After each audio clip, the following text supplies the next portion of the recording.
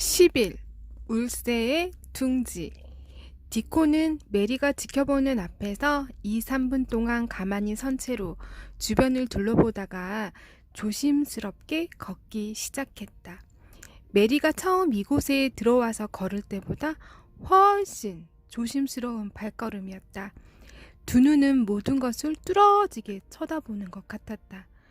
회색나무 그 위로 올라가 나뭇가지에서 밑으로 축 늘어진 회색 덩굴, 담과 풀밭 사이를 기어가는 덩굴, 도르자와 높다란 화병들이 놓여있는 상록수 정자. 이곳을 보게 되리라고는 상상도 못했구만요. 마침내 디콘이 속삭이듯 말했다. 너도 이곳을 알고 있니? 메리가 물었다. 커다란 소리였다. 그러자 디콘이 신호를 보내며 주의를 주었다. 조그맣게 말혀야 혀요. 그렇지 않으면 다른 사람이 듣고 이 안에 무슨 일이 있나 이상하게 생각할 텐게요. 깜빡했어. 메리가 겁을 내며 한 손으로 재빨리 자기 입을 막았다. 이 화원에 대해서 알고 있어? 메리는 마음을 가라앉힌 다음에 다시 물었다. 디콘이 고개를 끄덕이며 대답했다. 마사 누나가 아무도 안에 들어간 적이 없는 화원이 있다고 말한 적이 있었구만이라잉. 그래서 그곳이 어떻게 생겼는지 정말 궁금했지라잉. 디콘이 말을 멈추고 주변의 사랑스러운 회색 덩굴을 둘러보았다. 정말 좋은지 커다란 두 눈이 기묘하게 반짝거렸다. 야, 봄이 오면 이곳에 둥지가 가득 허겄네요. 이곳은 영국 전체에서 둥지를 트기에 가장 안전한 곳인게. 근처에 오는 사람이 아무도 없고 덩굴과 나무와 장미들이 많아서 둥지를 틀기도 좋고 황무지의 모든 새가 여기다가 둥지를 틀지 않는 게 이상할 정도구먼요. 메리 아가씨는 자신도 모르게 한 손을 디콘의 팔에 다시 올려놓으며 속삭였다. 이곳에 장미가 필까? 내 생각은 어떠니? 내 생각엔 모두 죽어버린 것 같은데. 에이, 아니여라. 그건 아니구먼요. 모두 죽은 건 아니여라. 여길 보란께요.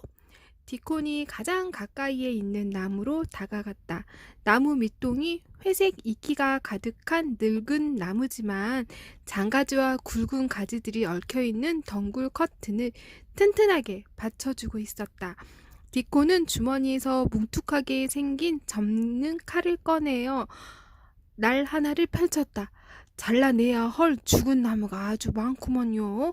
오래된 나무도 많고 하지만 작년에 새로 가지를 낸 나무도 많은디 이게 새로 자란 가지여라이. 디콘이 말하면서 조그만 가지를 만졌다. 딱딱하게 메마른 회색이 아니라 갈색이 감도는 녹색 가지였다. 메리는 희망이 가득 찬 공손한 자세로 그 가지를 만졌다. 이거 살아있는 게 분명해. 정말? 디콘이 커다란 입으로 한박 미소를 지으며 대답했다. 이건 아가씨나 남의 기록 썽썽하지라잉. 메리는 썽썽하다는 건 살아있다 혹은 생생하다라는 뜻이라는 걸 마사에게 들은 기억이 났다. 그래서 속삭이는 목소리로 감탄했다. 이게 썽썽하다니 정말 기뻐. 이곳의 모든 나무가 썽썽하면 좋겠어. 화원을 한 바퀴 돌면서 썽썽한 나무가 얼마나 되는지 세어보자. 메리는 너무 좋아서 숨을 헐떡일 정도였고 디콘도 마찬가지였다. 두 아이는 이 나무에서 저 나무로, 이 덤불에서 저 덤불로 옮겨 다녔다. 디콘은 한 손에 칼을 들고 이것저것을 보여주었으며 그럴 때마다 메리는 손뼉을 치며 좋아했다. 아무렇게나 자랐는디 그래도 튼튼한 나무는 솔찬히 무성하게 컸구먼요. 허약한 놈은 죽어버렸지만 다른 놈들은 자라고 또 자라서 뻗고 또 뻗은 모양이 참말로 훌륭해요. 여길 보시오. 디콘이 메말라 보이는 굵은 회색 가지를 끌어당겼다. 모르는 사람이라면 이게 죽었다고 생각하겠지라잉. 하지만 내 생각은 다른디. 뿌리가 살아있은게요. 내가 아래를 자를 팀께 보시오. 디콘이 무릎을 꿇고 죽은 것처럼 보이는 나뭇가지를 흙 바로 윗부분까지 칼로 잘라냈다. 그리곤 의기양양하게 말했다. 보란께요. 내가 말했지라. 아직 녹색이 남아있단께요. 후딱 여길 보시오잉. 메리는 디콘이 말하기 전부터 이미 무릎을 꿇고 앉아서 경이로운 시선으로 바라보는 중이었다. 디콘이 계속 설명했다. 녹색과 물기가 이렇게 좁게라도 보임은 썽썽한 거구먼요. 요거처럼 속이 말라서 쉽게 부러지는 놈은 끝장이 난 것이고요.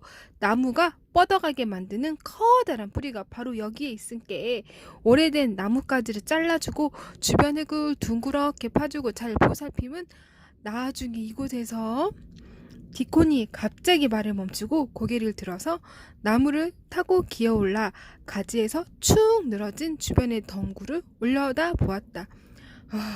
이번 여름에는 이곳에 장미 분수가 생기겠구만요. 두 사람은 덤불에서 덤불로 그리고 나무에서 나무로 옮겨갔다. 디콘은 힘이 세고 칼을 다루는 솜씨가 좋을 뿐 아니라 말라 죽은 나무를 잘라내는 법도 알고 있으며 겉으로 보기에 죽은 것 같지만 아직 녹색 생명이 담겨있는 장가지도 구별할 수 있었다. 그렇게 30분이 지나자 이제 메리도 구별할 수 있을 것 같았다. 디콘이 죽은 가지를 잘라내고 그 안에서 조금이라도 녹색 습기를 발견할 때마다 메리는 숨을 죽인 채 기쁨에 겨운 탄성을 질렀다. 삽과 괭이와 쇠스랑은 쓸모가 많았다. 디콘은 메리에게 쇠스랑 쓰는 법을 알려주고 나서 삽으로 뿌리 주변을 파내고 흙을 뒤집어서 공기가 들어가도록 만들어 주었다. 두 아이가 아주 커다란 장미나무 주변에서 열심히 일하고 있을 때 디콘이 무언가를 발견하고 깜짝 놀라며 감탄사를 내뱉었다. 손가락이 몇 발자국 떨어진 풀밭을 가리키고 있었다. 야, 누가 저렇게 혔단가요? 그곳은 메리가 연두빛 새싹 주변을 깨끗하게 솎아낸 자리 중 한 군데였다. 메리가 대답했다. 내가 한 거야.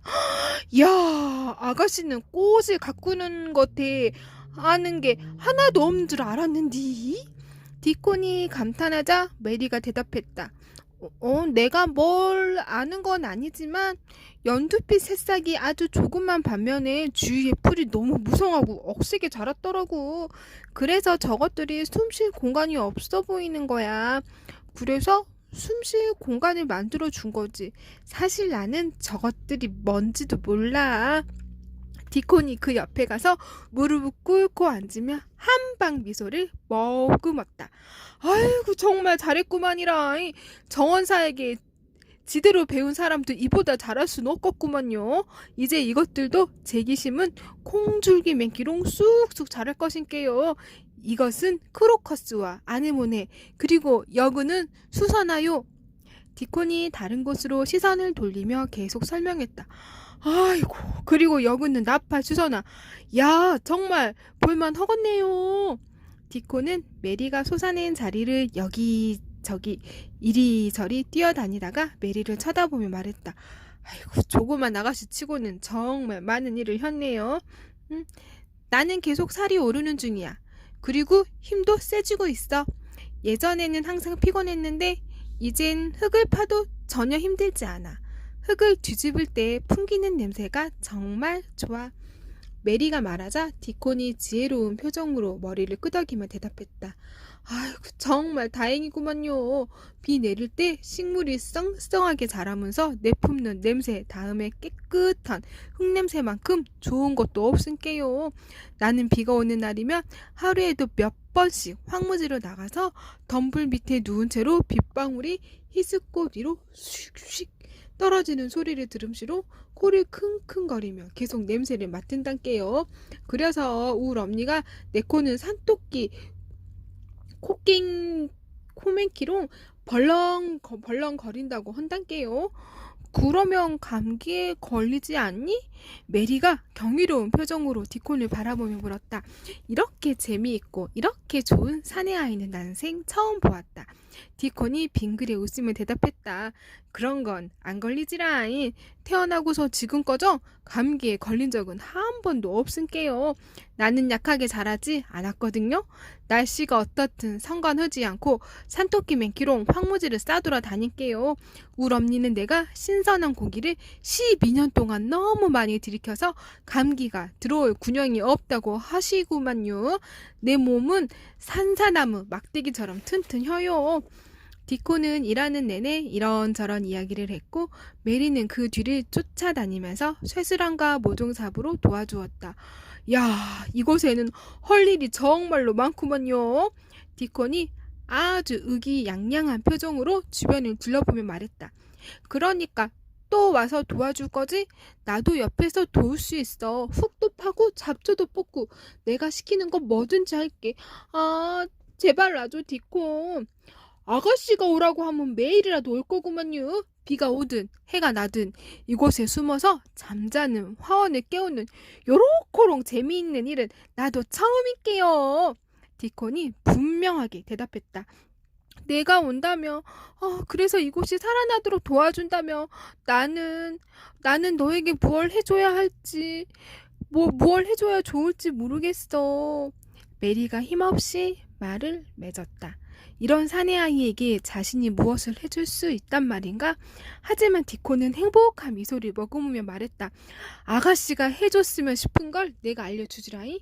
우선 몸에다 살을 통통하게 붙이고 어린 여우맨키롱 음식을 맛있게 먹고 나처럼 울새한테 말하는 법을 배우는 거구먼요. 아이고, 야, 그러면 정말 재밌구먼요. 재밌겠구먼요. 디코는 주변을 걸으면서 깊이 생각하는 표정으로 나무를 올려다보고 담과 덤불을 살펴보기 시작했다. 나람은 가위질을 혀서 이곳을 정원사가 가꾼 화원처럼 말쑥한 모양으로 만들지 않을 것인지. 아가씨는 어떻단가요? 요렇게럼 나뭇가지가 마음대로 뻗어나가 서로 얽히면서 흔들리는 모양이 훨씬 보기 좋을 것 같은디요. 메리도 좋아하며 말했다. 그럼 이곳을 말쑥하게 만들지 말자. 말쑥한 모양이면 비밀의 화원처럼 보이지 않을 거야. 디콘이 가만히 선 채 당혹스러운 표정으로 빨간 머리칼을 긁다가 입을 열었다.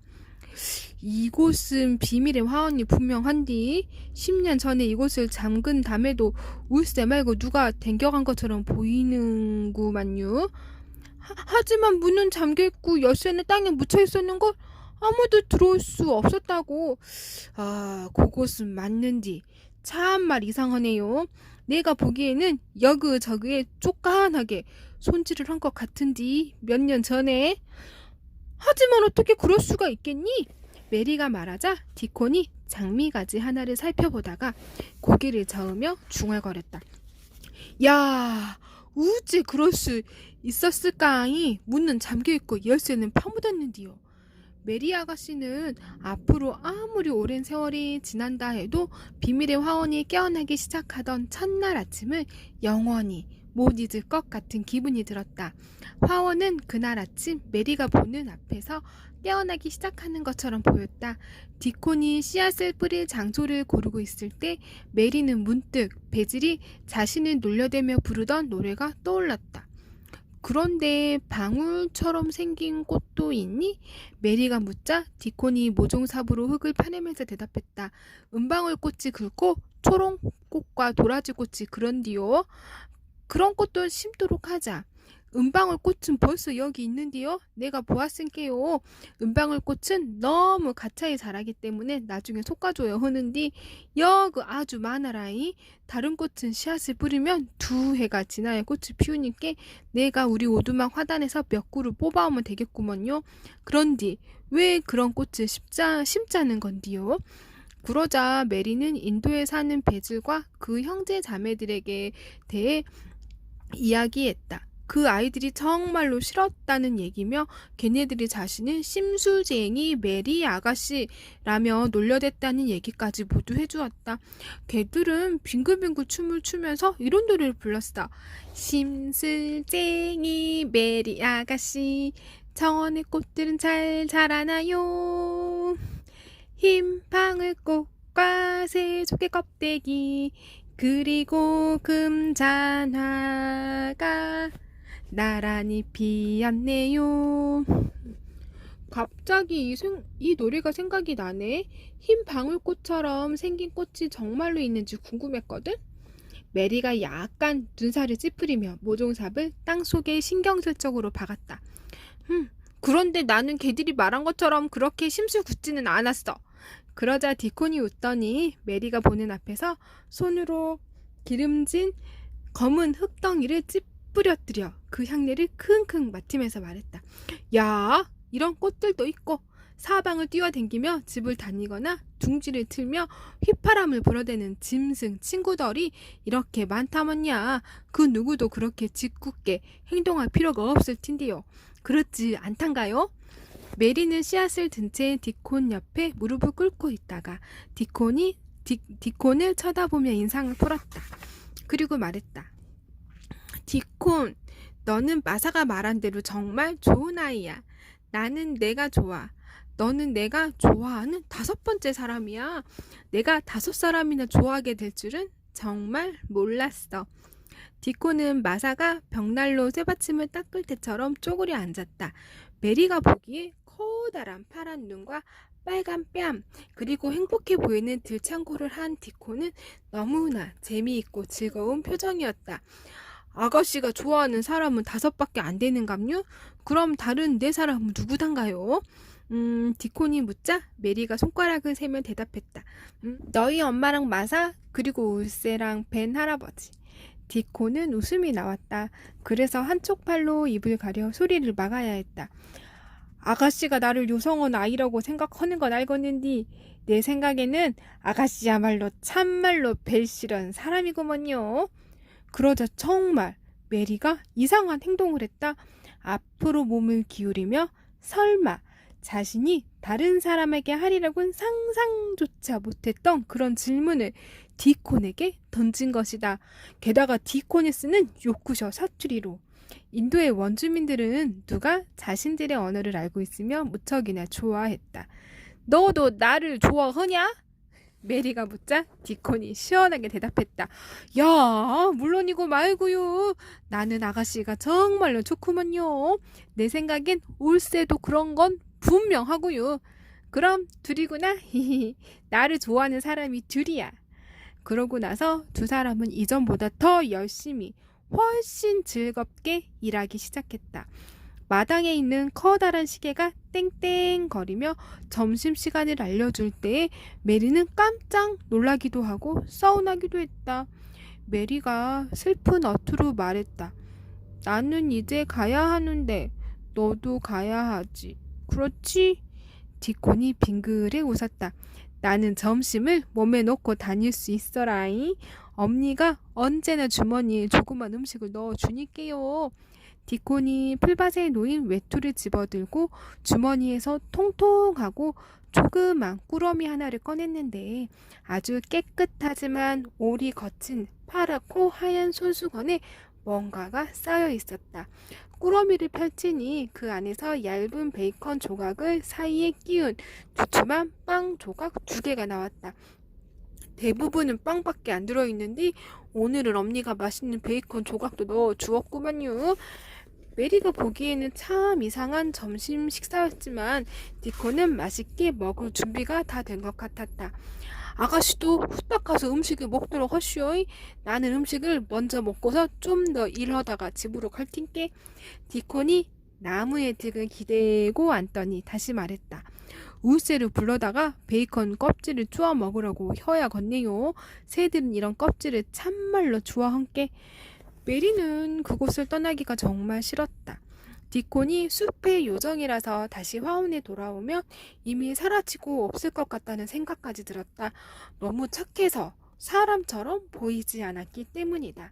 메리는 담 사이에 난 문 쪽으로 천천히 걸어가다가 중간에 되돌아 물었다. 무슨 일이 있더라 절대로 말하지 않을 거지? 디코는 빵과 베이컨을 한 입 가득 베어 물어 양귀비처럼 빨간 뺨이 부룩해진 채로 상대를 안심시키는 미소를 머금었다. 만일 아가씨가 울세언인디 나한테 둥지를 보여주었다면 아가씨는 나아가 그곳을 다른 사람한테 말할 것으로 생각한단가요? 아니여라이. 아가씨는 울세 맨키로 완전 혀라이. 메리는 정말 그럴 거라는 확신이 들었다. 12. 저에게 땅을 조금 주실 수 있나요? 메리는 너무 빨리 뛰어서 방에 도착할 즈음에는 숨이 다 가팠다. 머리칼은 헝클어져서 이마를 덮었고 뒷뺨은 환한 분홍빛이었다. 점심 식사는 식탁에 차려져 있었고 마사는 그 옆에서 기다리고 있었다. 좀 늦었구먼요. 어디에 갔다 왔단가요? 디콘을 만났어. 마침내 디콘을 만났다고. 그 애가 올 줄은 알았는데 아가씨가 보기에는 어떻든가요? 마사가 의기양양하게 물었다. 내가 보기에 내가 보기에 디코는 정말 잘생겼어. 메리가 분명한 어조로 대답하자 마사가 깜짝 놀라면서도 기뻐하는 표정을 지었다. 그 애는 처음 태어날 때부터 정말로 좋은 아이긴 하지만 그래도 잘생겼다는 생각은 한 번도 안 했는디요. 코가 너무 많이 치켜졌으니까. 나는 그런 들창 코가 좋아. 그러고 눈이 너무 동그란디요. 색깔은 아주 좋지만서도 마사가 약간 의심쩍은 표정으로 말했다. 하지만 메리는 이번에도 분명한 어조로 대답했다. 나는 동그란 눈이 좋아. 그리고 황무지 위로 펼쳐진 새파란 하늘처럼 보이는 눈동자도 마음에 들어. 마사가 만족스러운 미소를 가득 머금었다. 울 엄니는 갸가 새랑 구름을 항상 올려다봐서 눈동자가 그런 색깔로 되었다고 말씀하시지라이. 하지만 입이 너무 큰 것 같은디 그렇지 않든가요? 마사가 물었지만 메리는 고집스럽게 대답했다. 나는 디콘의 커다란 입이 좋아. 내 입도 그렇게 크면 좋겠어. 마사가 환하게 웃으며 말했다. 아가씨는 얼굴이 조그만한디 입이 고럭고럭 크면 참말 이상하게 보일 거구먼요. 어쨌든 나는 아가씨가 그 애를 만나면 그렇게 생각할 걸로 알고 있었구먼요. 그래, 씨앗과 원의 용품은 마음에 든단가요? 디콘이 그걸 가져온 걸 어떻게 알아? 나는 그 애가 그걸 가져오지 않을 거란 생각을 한 적이 없단께요. 요크셔에 있는 거라면 분명히 가져올 텐게요. 정말 믿을 수 있는 아이니께요. 메리는 마사가 대답하기 곤란한 질문을 던지지는 않을까 걱정했었지만 마사는 그런 건 묻지 않았다. 마사는 씨앗과 원의 용품에만 많은 관심을 보였다. 메리가 두려워한 순간이 단 한 번 있긴 했다. 꽃씨를 어디에 뿌릴 생각이냐고 물을 때가 그랬다. 마사는 주기차게 물었다. 그것에 대해서 누구한테 물어본 적이 있단가요? 아직은 아무에게도 묻지 않았소. 메리가 망설이며 대답했다. 그러면 원의 책임자한테는 묻지 마소. 로치 씨는 너무 거만한 게. 나는 그 사람을 본 적이 없어. 밭일을 하는 일꾼과 벤 할아버지만 보았을 뿐이야. 내가 아가씨라면 나는 벤 한해 한티 뭘 물을 것이구먼요. 그 한해는 겉보기에는 나쁜 사람이 아닌게요. 툭 하면 투덜대긴 하지만 크레이븐 쥐님도 벤 한해가 하고 싶은 대로 하도록 놔둘 정도인게요. 쥐 마님이 살아있을 때부터 그 한해가 여기서 일하며 마님을 재미있게 웃기고 했은게요. 마님은 벤 한해를 좋아하셨지라이. 아마 그 한해라면 아가씨언티 길에서 벗어난 모퉁이 하나 정도는 구해 주겠지라이. 길에서 벗어난 모퉁이라면 아무도 쓰지 않을 테니까 내가 써도 뭐라고 하는 사람이 없을 거야. 그렇지? 메리가 가슴을 졸이며 묻자 마사가 대답했다. 그럴 이유가 없지라이. 아가씨는 아무런 해도 끼치지 않은게요. 메리가 점심을 최대한 빨리 먹고 식탁에서 일어나자마자 다시 밖으로 나가기 위해 모자를 쓸어 방으로 뛰어가려는데 마사가 메리를 말렸다. 할 말이 있구만요. 아가씨가 식사 먼저 한 다음 얘기하려고 한 것인디 크레이븐 주님이 오늘 아침에 돌아오셔서 아가씨를 만나려고 하시는 것 같은디요? 메리는 얼굴이 하얗게 변했다. 아? 왜? 왜? 내가 이곳에 올 때 고모부는 나를 만나고 싶지 않다고 했잖아. 피터가 말하는 소리를 들었어. 하지만 메드록 부인이 그러는데 울 엄니 땀시 그런 것 같아요. 울 엄니가 스웨이트 마을을 걸어가다가 주님을 만났다네요. 주님과 말씀 나눈 적은 한 번도 없지만 크레이븐 마님은 우리 오두막에 두세 번 댕겨갔구만요. 주님은 잊어버렸지만 울 엄니는 기억하고 있었는데 그래서 대담하게 주님 앞으로 나섰지라잉. 울 엄니가 아가씨에 대해 주님한테 뭐라고 말했는지 모르겠지만 그땀시 주님이 내일 또 다른 곳으로 가시기 전에 아가씨를 만나야 허겄다고 마음먹게 되었단께요. 고모부가 내일 다른 곳으로 가신대? 정말 다행이야. 이번에는 오랫동안 떠나 계실 예정이라고 하더만요. 가을이나 겨울까지 돌아오지 않으신께요. 외국 여러 곳을 여행하신다는디 항상 그러신께요. 아, 정말 다행이야. 너무 기뻐. 메리가 좋아하며 말했다. 만일 고모부가 겨울까지, 아니 가을까지라도 돌아오지 않는다면 비밀의 화원이 살아나는 걸 구경할 시간은 충분할 터였다. 설사 그 다음에 고모부가 사실을 알고 화원을 빼앗는다고 해도 그 정도면 충분히 만족할 수 있었다. 내 생각에는 고모부가 언제 나를 만나려고 하실 것? 어, 메리는 말을 다 마칠 수가 없었다. 문이 열리면서 메드록 부인이 들어왔기 때문이다. 부인은 제일 좋은 검은색 드레스와 모자 차림을 하고 목깃을 커다란 브로치로 고정시켰는데 브로치에는 남자 사진이 들어있었다. 컬러 사진의 주인공은 몇 해 전에 죽은 남편인데 부인은 정장 차림을 할 때마다 항상 그 브로치를 착용했다. 부인은 급히 서두르는 기색이 역력했다. 말소리도 평소보다 몇 배는 빨랐다. 머리가 엉망이군요. 가서 비스를 빗어요. 마사, 아가씨에게 제일 좋은 드레스를 입히도록 크레이븐 주인님께서 아가씨를 서재로 데려오라고 하셨으니까. 메리아 뺨에서 분홍빛이 모두 사라졌다. 심장이 쿵쿵 뛰기 시작하더니 자신이 예전에 딱딱하고 못생긴 말 없는 아이로 다시 돌아가는 느낌이 들었다. 메리는 아무 대답도 하지 않은 채 뒤로 돌아 침실로 들어갔고 마사가 뒤따라 들어왔다. 메리는 옷을 갈아입고 머리를 빗는 동안 한마디도 안 했으며 아주 말쑥한 차림으로 메드록 부인을 따라서 복도를 걸어갈 때에도 입을 꾹 다물었다. 할 말이 하나도 없었다. 자신은 그저 시키는 대로 따라가서 고모부를 만날 수밖에 없긴 하지만 고모부는 자신을 싫어할 터이고 자신도 고모부가 싫을 게 분명했다. 고모부가 자신을 어떻게 생각하게 될지 너무나 뻔했다. 메리는 메드록 부인을 따라 전에 가본 적이 없는 구역으로 들어섰다. 마침내 메드록 부인이 문을 두드리자 안에서 들어오시오 하는 어떤 목소리가 들렸다. 두 사람이 함께 안으로 들어가자 남자 한 명이 벽난로 앞 안락의자에 앉아 있었는데 메드록 부인이 그 사람에게 말했다. 메리 아가씨를 데려왔습니다, 주인님. 메리를 여기 두고 당신은 나가도록 하시오. 이 애를 데려갈 때가 되면 종을 울리겠소. 메드록 부인이 나가서 문을 닫자 못생긴 꼬마로 변한 메리는 가느다란 두 손을 깍지 낀 채 가만히 서서 기다릴 수밖에 없었다. 메리가 보기에 의자에 앉아있는 고모부는 곱사등이라기보다 어깨가 높고 등이 살짝 굽은 정도였는데 검은 머리, 군데군데 하얀 머리칼이 기다란 줄을 이루고 있었다. 고모부가 높은 어깨 너머로 고개를 돌리면서 메리에게 말했다. 이리 오렴. 메리가 고모부에게 걸어갔다. 고모부는 못생긴 얼굴이 아니었다. 그렇게 슬픈 일만 겪지 않았다면 미남 소리를 들을 만한 얼굴이었다.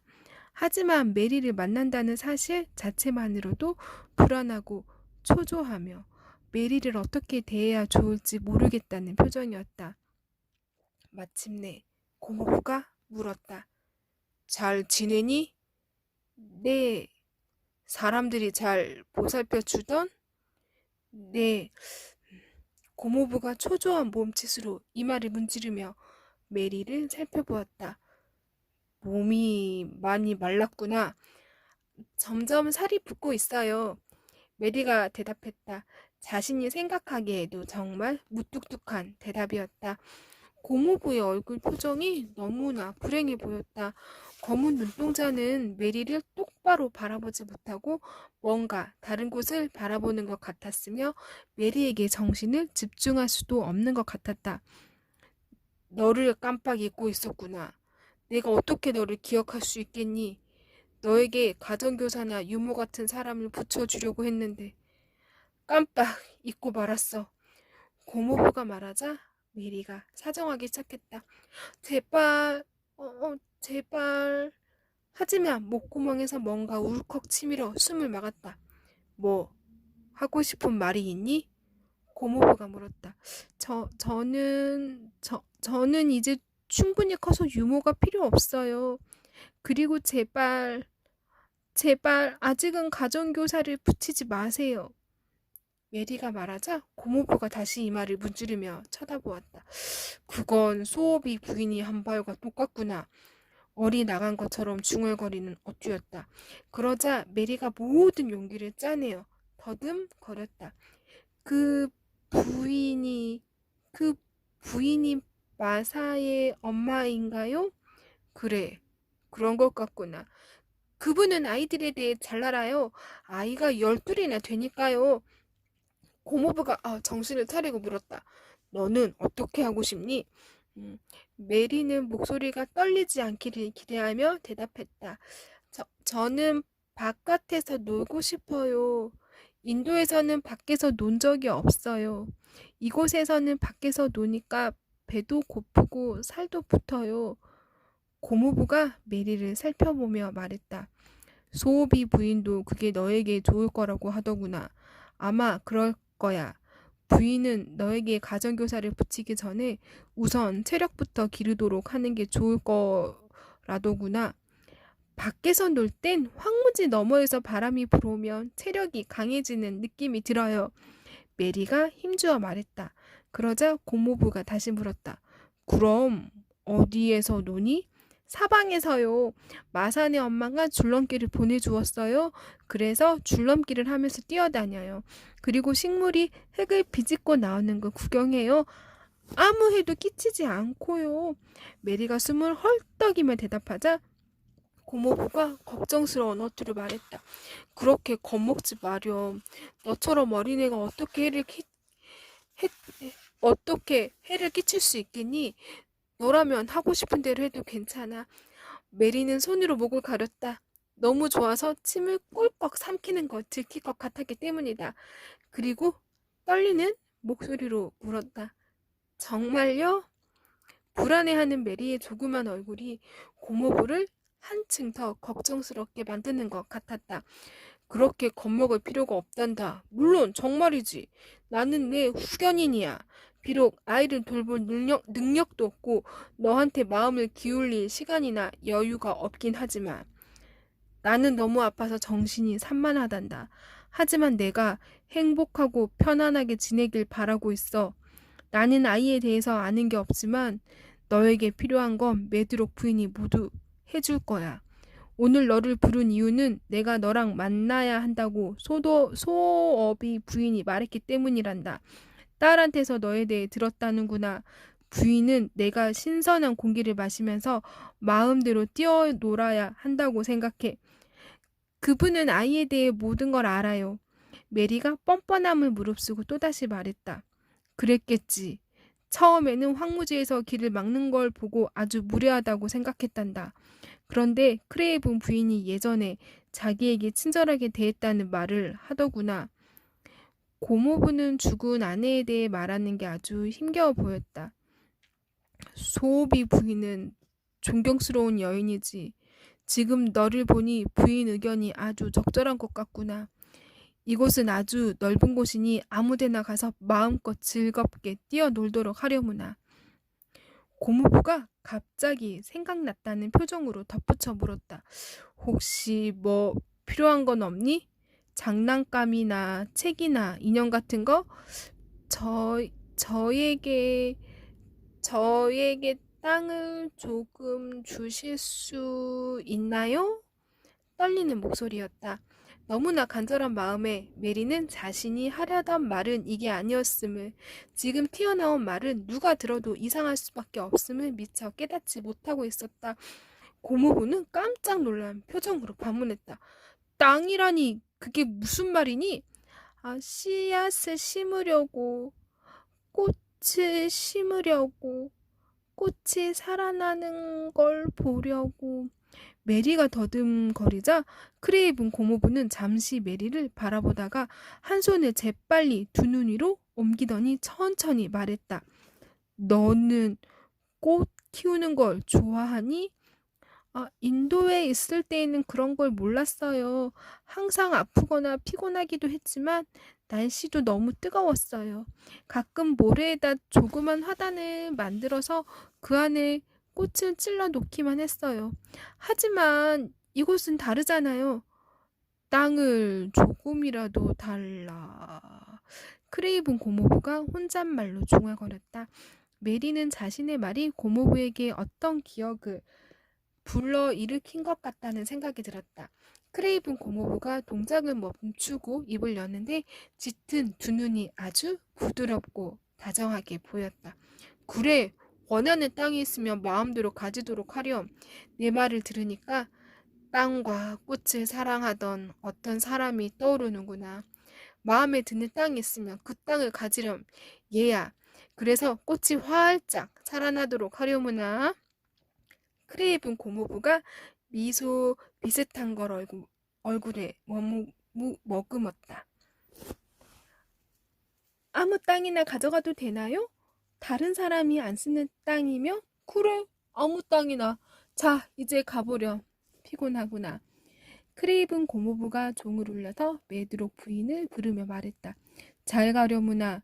나는 여름 내내 다른 곳에 있을 거야. 메드록 부인이 금방 나타난 걸 보고 메리는 부인이 복도에서 계속 기다리고 있었던 게 분명하다고 생각했다. 크레이븐 고모부가 부인에게 말했다. 메드록 부인, 이 아이를 만나니까 소업이 부인이 한 말을 이제야 비로소 이해할 수 있을 것 같소.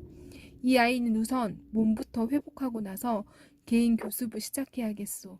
아이에게 담백하고 영양가 많은 음식을 주시오. 아이가 정원에서 마음껏 뛰놀게 하시오. 너무 많이 간섭할 필요도 없소. 이 아이에게 필요한 건 자유와 신선한 공기, 그리고 마음껏 돌아다니는 것이오. 소호비 부인이 가끔 아이를 만나러 찾아올 것이오. 그리고 이 아이도 가끔 오두막에 갈 수 있도록 도와주시오. 메드록 부인은 기쁜 표정이었다. 메리에게 너무 많이 간섭할 필요가 없다는 말을 들으니 마음이 놓였다. 사실 지금까지 메드록 부인은 메리가 귀찮게만 느껴졌고 그래서 최대한 신경을 안 쓰도록 노력하던 참이었다. 게다가 메드록 부인은 마산의 엄마를 아주 좋아했다. 그래서 이렇게 대답했다. 고맙습니다, 주인님. 수잔, 서비와 저는 함께 학교를 다녔습니다. 아마 그처럼 정이 많고 마음 착한 여인은 쉽게 찾을 수 없을 거예요. 저는 아직까지 아이를 낳은 적이 없지만 수잔, 소호비는 벌써 12명이나 낳아서 모두 건강하고 바르게 기르고 있답니다. 메리 아가씨는 그들에게 아무런 해도 입지 않을 겁니다. 저 역시도 아이들에 관한 일은 언제나 수잔 소호비에게 조언을 구하니까요. 감히 말씀드리자면 수잔 소호비처럼 착한 여인은 찾기 어려울 겁니다. 그럴 것이요. 이제 메리를 데려가고 피처를 불러주시오. 메드록 부인은 방이 보이는 복도 초입까지 메리를 데려다주고 자리를 떠났다. 메리는 자기 방으로 재빠르게 뛰어들었다. 마사가 안에서 기다리고 있었다. 사실 마사는 음식 그릇을 모두 치운 다음에 서둘러 돌아온 상태였다. 메리가 소리쳤다. 이제 꽃씨를 뿌릴 수 있게 됐어. 마음에 드는 땅에다 멋진 화원을 가꿀 거야. 가정교사는 오랫동안 오지 않을 거야. 너희 엄마도 나를 보러 올 거고 나도 너희 오두막에 갈 수 있어. 나처럼 조그만 아이는 아무런 해도 끼칠 수 없으니 무엇이든 어디서든 마음대로 해도 된다고 고모부가 말했어. 마사가 기쁜 표정으로 좋아했다. 야, 주인님은 정말 훌륭하시단께요. 그렇지 않아라? 메리가 엄숙하게 말했다. 마사, 고모부는 정말 훌륭하신 분이야. 얼굴이 너무나 쓸쓸해 보이고 이마가 좀 넓은 것 같지만 메리는 최대한 빨리 화원으로 뛰어갔다. 생각보다 집안에 오래 있었으니 디코는 7km나 되는 길을 걸어가려고 벌써 나갔을 게 분명했다. 메리가 담쟁이 덩굴 밑에 있는 문으로 살짝 들어서니 원래 디콘이 있던 자리에 그 아이의 모습은 보이지 않았다. 그곳으로 뛰어가서 사방을 둘러보았지만 어디에도 보이지 않았다. 디콘은 이미 떠났고 비밀의 화원은 텅 비어 있었다. 울새만 담장 너머로 날아와 장미 덩굴에 앉아서 메리를 바라볼 뿐이었다. 메리는 우울한 얼투로 중얼거렸다. 디콘이 갔어. 아, 구애는 숲의 요정이었을까? 장미 덩굴에 찔러놓은 뭔가 하얀 게 보였다. 종이 한 장이었다. 메리가 마사 대신 인쇄체로 편지를 적어서 디콘에게 보낸 바로 그 종이었다. 그게 장미 덩굴의 기다란 가시에 끼워져 있었다. 메리는 디콘이 남겨둔 거라는 사실을 금방 알아차렸다. 종이에는 어설픈 인쇄체 글씨와 무슨 그림이 그려져 있었다. 처음에는 그게 어떤 그림인지 이해할 수 없었다. 그러다가 그게 새가 앉아있는 둥지라는 걸 깨달았다. 그 밑에는 인쇄체 글씨로 이렇게 적혀 있었다. 나중에 다시 올게요잉.